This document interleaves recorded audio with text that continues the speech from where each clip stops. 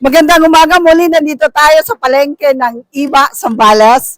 At ngayon ay araw ng Martes, medyo hindi masyadong maraming tao. But anyway, marami pa rin tayong isda ngayon. Meron ako dito tarian, meron akong lapu-lapu, balaki, bikilya, green grouper, maya-maya. Uy, meron akong 9 fingers. Masarap to iihaw na shell. Pusa-pusa ang tawag sa amin dito. Yan. Pero sa English, 9 fingers, hindi naman siya 9. Anyway, Samara, ay Ramona, Samaral,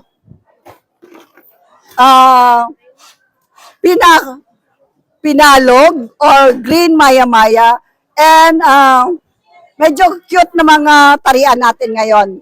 Yan, Black Lapo. So, ito lamang po ang isda natin sa umagang ito, mga suki ko, at mga followers. Inanyayahan ko na po kayo mga suki na pumunta na po tayo dito sa palengke ng Iba, Zambales at tayo mamalingki na po. At kanina, napadako ako sa Masinloc. Tapos, unexpectedly, kasi pag nagbibiyahe kami at namimili kami ng isda, or nagpupunta kami sa iba-ibang lugar, naka-jacket lang ako. Balot na balot ang katawan ko, naka-jacket and naka-bonnet ako. Pero I don't expect na makikilala pa rin ako pagdating ko ng Masinloc. At nagkataon, may nagsabi doon, nagulat lang ako kasi may nagsabi doon, no, nandito yung vlogger ng Botolan at nandito rin yung vlogger ng Iba. Kaya nagulat ako. Tapos nung nakita ko, Boss MJ and her partner, Elsa, sorry, hindi talaga ako lumapit sa inyo kasi nahihiya ako. I'm a type of person na akala mo lang mapagbiro, pero pag hindi ko masyadong kasi close or kaibigan, nahihiya talaga ako lumapit. Honestly, I have inferiority complex.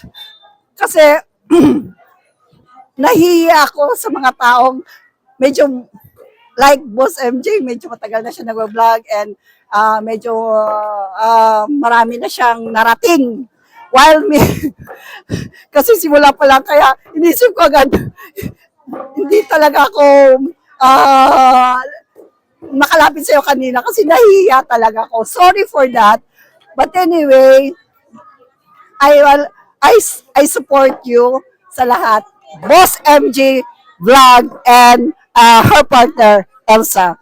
At sa lahat ng mga sumusubaybay sa akin, sa lahat ng mga followers ko, please continue supporting me by following my FB page and by making comments and likes. Salamat po sa lahat. Shout out sa iyo ulit, Nilia Roanto, for being a solid follower to me.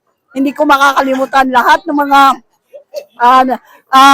ikaw ang unang nagla-like, ikaw ang unang nagsasubscribe, ikaw ang una na nakikita ko every time na nag-upload ako ng video. Thank you.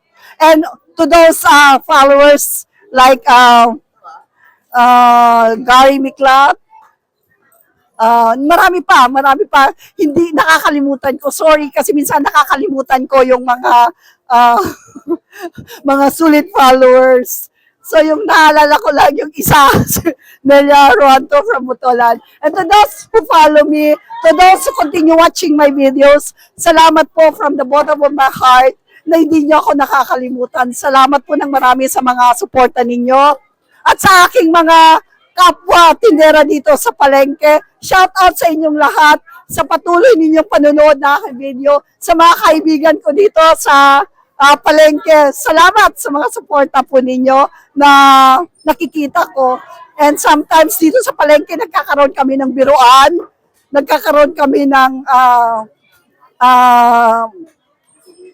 closeness na minsan nakakalimutan namin na pala kami, may tinitinda kami, nakakalimutan na namin ang mga paninda. Lalo na pag walang ginagawa.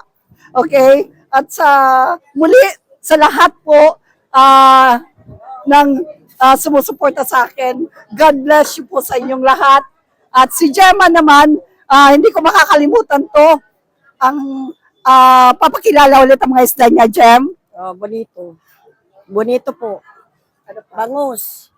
Pusa-pusa. So wala na, Jem. O kasi madaling araw si Gemma talaga.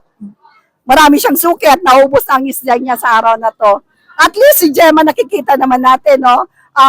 Sa haba-haba ng panahon na inilagi niya sa palengke, titingnan natin ang achievements niya, napakalaki talaga. Wish ko lang na kaya kong abutin kahit katiting lang ng narating ni Gemma. 48 years na ako 48 years in service. Okay? Okay. Gemma, batiin mo mga anak mo at asawa mo.